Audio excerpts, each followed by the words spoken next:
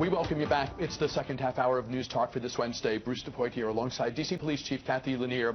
Phone lines open. We're going to get to as many questions and comments as we can between now and the top of the hour. If you have a question or comment or suggestion for our guest, Kathy Lanier, we're lucky enough to have her with us every month at this time. She's here to the top of the hour. We'll be going to the phones and your calls at 703-387-1020.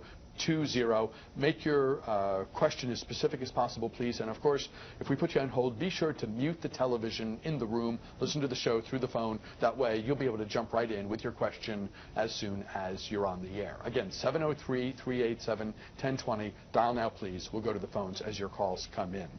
Chief Lanier, we were talking in the last segment about gun violence and what to do if you're ever in a situation where there's somebody, an active shooter, in your area. Let's talk about the issue in the broadest sense.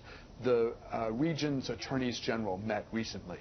Carl Racine from the district, Brian Frosch from Maryland, Mark Herring from Virginia. And I believe you were involved in that gathering either before or before and during. Yes. What value is there in those leaders and leaders like yourself coming together to talk about the challenges the nation faces? So both that meeting and then a subsequent meeting with Mayor Bowser and prosecutors from Maryland following that meeting, we're all grappling with the same situation in terms of, in 2015 at least, in terms of the spike in homicides nationwide and the tie to illegal firearms. So dealing with closely with our partners, both in law enforcement on the prosecutor side, in Maryland and Virginia, it just makes good sense. I mean, right now we have task forces working both with our partners in Maryland and Virginia, and people that run illegal guns, it doesn't just sit in one jurisdiction. So some of those cases may be prosecuted in the Eastern District of Virginia, some of those cases may be prosecuted in Maryland, and some of those cases will be prosecuted in the district. So for police and prosecutors to all be working in conjunction with our federal partners at ATF and FBI allows us to really have the biggest impact on the illegal guns, because they do cross jurisdictions, especially in the national capital region. How optimistic are you that 2016 can see a drop in violent crime and homicide? Very, very. I think that 2015 we started to see a little bit of this issue pop up at the end of 2014, so we had a sense it was coming in 2015, but I think we've gotten a good handle on it now. We are focusing in on those high-capacity magazines that are wreaking so much havoc out here, and the sources of the firearms, illegal firearms. So that's great. So we certainly hope there's a dramatic drop-off in homicides and violence in the district. Right now we're down, we're down in homicides compared to last year, very early in the year, but it's a day-by-day issue. We have to stay on it and fight throughout the year. You once said you hoped we would never be below 3,800 sworn officers in the Metropolitan Police Force. Are we at a place where you hoped we would not be in terms of the numbers? So I love when people use that quote all the time without any context. The comment I made about the 3,800 officers was about 6 years ago in a performance hearing when there was a debate about what's the right number of officers that we should have, and should we legislate the mandatory minimum number of officers. And my comment in that hearing when asked was, what do you think is the right number? I've always said I think the number needs to be flexible. It shouldn't be legislated, because you have to have the ability to surge and then decrease policing as needed.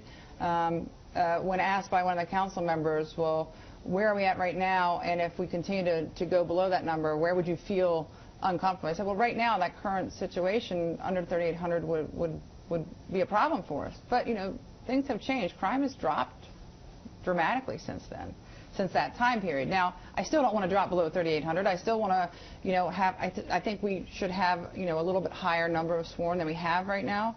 But again, I think it's important for people to remember that even though overall crime has dropped dramatically, we're about 12 to 15% down over that time period from when that comment was made. Our residents keep increasing, and our calls for service go up. So not everything is crime related for policing. We take a lot of police are involved in a lot of calls for service that are not crime related. So there's a lot of factors you have to weigh in there. So I want to urge people that the big important thing for me is to hold my civilian employees. I'd rather have a fixed number of civilian employees because when they drop off, I've got to pull cops off the street to replace my civilians. But the technology and the efficiencies we brought on has helped us tremendously. But we want to retain as many of our cops as we can, and we want to keep our hiring either level or going up during this retirement bubble. Are the academy classes running at the sort of maximum volume, so you have the newer officers coming in, and are you able to compete in the environment where experienced officers, whether it's from around the region or different police agencies that are in the city that aren't MPD, or beyond the confines of the Washington region, where you can bring in people who've got street savvy with them the day they start? Yeah, so I mean, I think yes and no to your first question. We are running the full number of classes through the course of the year. We have been for the last couple of years. Whether we have each class filled, it varies. Policing's taken a little bit of a reputation hit in the past year, so we've seen some dips in the number of applicants, although we do pretty well compared to most big agencies. We're trying to introduce some new measures to try and increase the ability to bring in people with experience. So historically, you needed to have 5 years police experience to come over and military experience to come over. Without the college background, we're going to reduce that to 3 years or 2 years for the military, 3 years for law enforcement. And then we're also going to reduce the amount of time they'd have to go to the academy, because experienced cops don't want to transfer to a new department and go through an 8-month police academy. So there's a comparative model we can shrink that down to, where they just come in here and learn stuff relevant to the district. What would you say to someone listening to us now who is intrigued or drawn to the work? They'd like to serve, and they think this is a great way to serve, but the political piece, if I can describe it in that way, has them uncertain. What, if you get what the scrutiny and the concerns that are out there? What would you say to someone where that issue is the thing that has them at the crossroads? So what I tell people all the time is what you see on the news and from the media, not just TV news, but all kinds of sources of news, is not always the big picture, the whole picture. So the news focuses on high-profile, significant events, and so in policing, that has been negative, negative, negative, because that's the high-profile, significant events. That's what the news media's job is. But the policing profession as a whole, there's a lot of very, very good police work that goes on every day, and people in the community that very much appreciate the police work and the police officers in their community. And it's not all negative. There's a lot of very rewarding things that we do every day.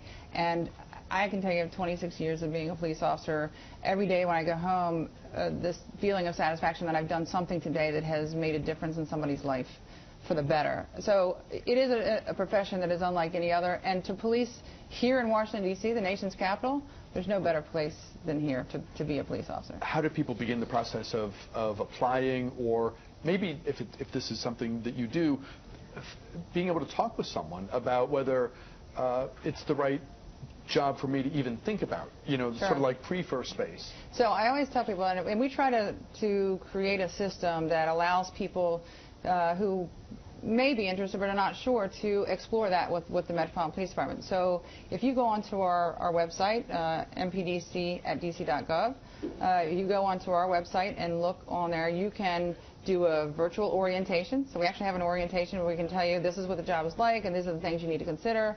You can do a ride-along. You can come and do a ride-along with a police officer in the city and see what it's like.